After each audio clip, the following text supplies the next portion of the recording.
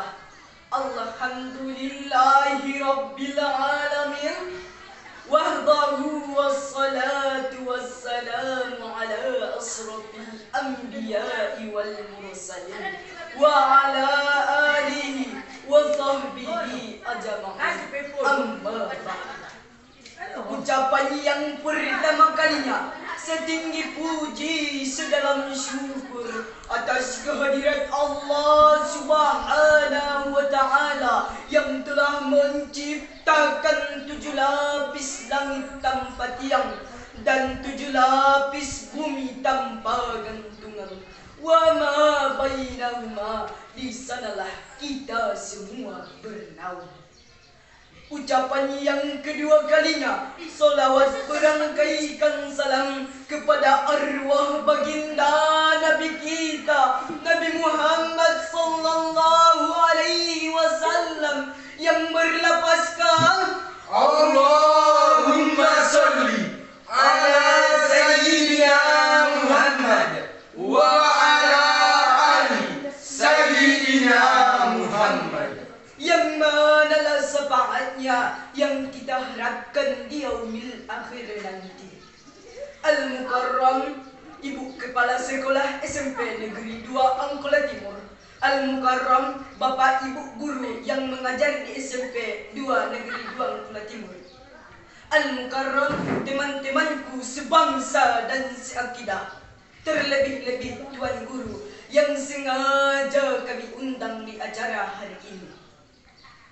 Marak kita dengar lewat media massa, baik televisi, surat kabar dan handphone, tentang penistaan agama yang saling beradu argumen lewat media sosial, saling sikut mengikut antar umat beragama, saling beradu agamanya lah yang paling benar, saling menonjolkan kehebatan agamanya.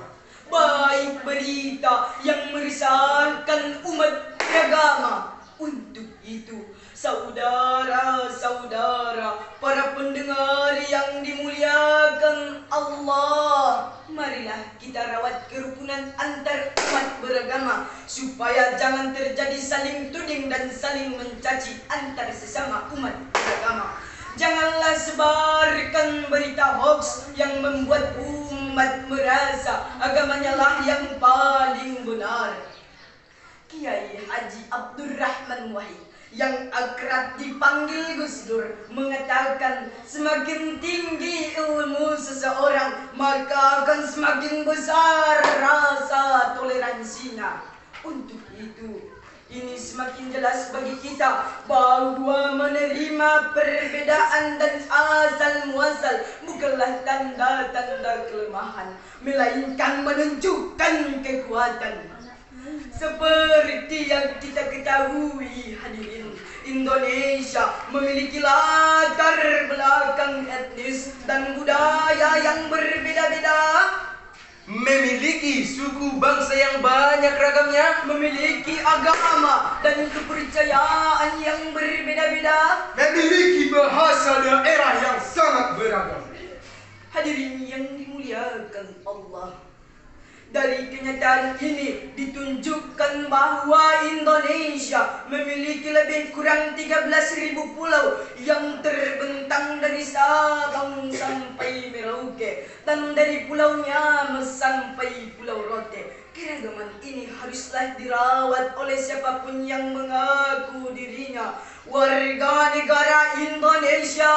Layaknya sebuah permadani yang berwarna-warni, itulah Indonesia yang beragam suku, budaya dan agama. Layaknya tanaman yang perlu perawatan, itulah Indonesia yang mendambakan kedamaian dan kenyamanan tinggal di persada bumi Indonesia. Untuk itu, izinkanlah kami menyampaikan sebuah sarahan yang berjudul merawat kerukunan umat beragama dalam kita kebinekaan. Jelas Allah berfirman dalam surah Al-Hujurat ayat 13 sebagaimana akan dibacakan oleh qori kami dan diterjemahkan oleh sarah tilawah kami. Dipersilahkan.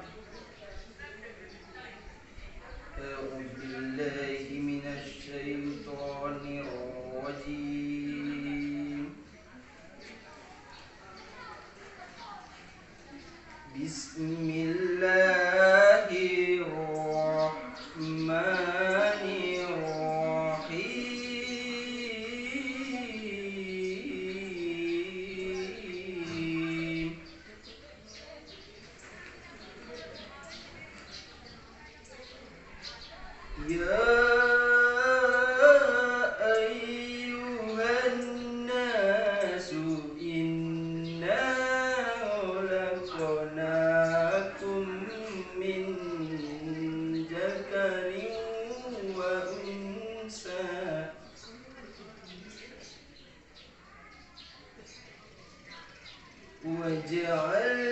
وجعلناكم شعوبا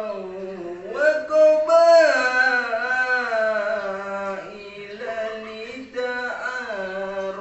لتعارفوا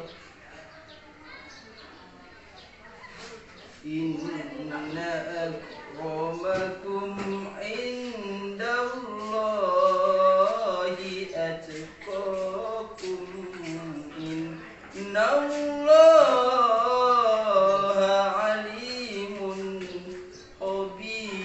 خبير صدق الله العظيم. Aku berlindung kepada Allah dari godaan syaitan yang terkutuk dengan menyebut nama Allah yang Maha Pengasih lagi Maha Penyayang. Wahai manusia, sesungguhnya kami telah menciptakan kamu dari seorang laki-laki dan dari seorang perempuan.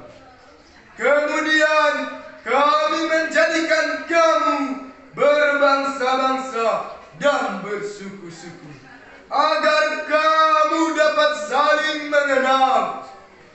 Sesungguhnya orang yang paling mulia di antara kamu di sisi Allah adalah orang yang paling bertakwa.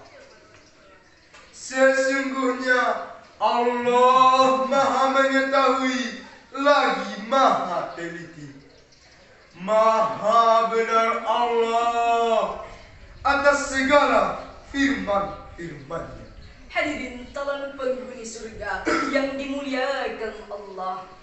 Dari segi balago, ayat ini bersifat khabar sebagaimana artinya manusia diciptakan dari jenis laki-laki dan perempuan yang bercorak suku, bangsa dan budaya, yang memiliki harkat dan martabat yang sama di hadapan Allah. Dan ayat ini menurut Imam Ibnu As-Sakir dalam bukunya Mubammad bersumber dari Abu Bakar bin Abi Daud mengatakan yang artinya bahwa ayat ini berkenaan tentang keinginan Rasulullah untuk menikahkan Abi Hindun dengan wanita dari Bani Bayadah. Hadirin yang dimuliakan Allah, dari ayat ini dijelaskan pula supaya kita saling mengenal dan saling menjalin komunikasi dengan baik dan menebarkan cinta kasih sayang tanpa pilih kasih. Untuk membina kerukunan antar umat beragama, kita harus saling kenal mengenal, saling menghargai, Toleransi antar umat beragama, Jangan saling menutup diri. bukan saling melecehkan. bukan saling membangga-banggakan kelompok suku dan ras. Hadirin yang dirahmati Allah, perbedaan janganlah melahirkan perpecahan, tetapi hendaknya perbedaan harus saling melengkapi. Dalam keberagaman kita bersatu dalam semboyan, Bersatu kita teguh, bercerai-berai kita runtuh. Hadirin yang dimuliakan Allah, kami ingin membawakan sebuah senandung yang berkenaan tentang keragaman yang terbingkai dalam kebinekaan sebagai berikut. 375 juta penduduk Indonesia, terdiri dari banyak suku bangsa, itulah Indonesia. Ada Sunda, Ada Jawa, Ada Batak, dan banyak lagi yang lainnya. Janganlah saling menghina satu suku bangsa dengan lainnya, karena kita satu bangsa dan satu bahasa Indonesia. Bhinneka Tunggal Ika lambang negara kita Indonesia. Walaupun bermacam-macam aliran, tetapi satu tujuan. hadirin yang dimuliakan Allah, sebagai kesimpulan dari saran kami ini. 1. Membina kerukunan umat beragama sangatlah penting dan harus ditetapkan dari diri sendiri. 2. Merawat kerukunan umat beragama baik suku, ras dan budaya haruslah dijunjung tinggi. 3. Sebagai bangsa yang besar dengan penduduk lebih kurang 375 juta jiwa, haruslah kita mengutamakan sikap toleran dan kebinekaan dalam wilayah Negara Kesatuan Republik Indonesia. Kira-kira demikianlah sarahan kami ini. Kami tutup dengan sebuah pantun sebagai berikut. Masjid di Huta Tonga, Diukir mai bayat yangna, Tandana hita umat beragama, ulang saling mencaci di antara kita. wabillahi taufiq wal hidayah. Assalamualaikum.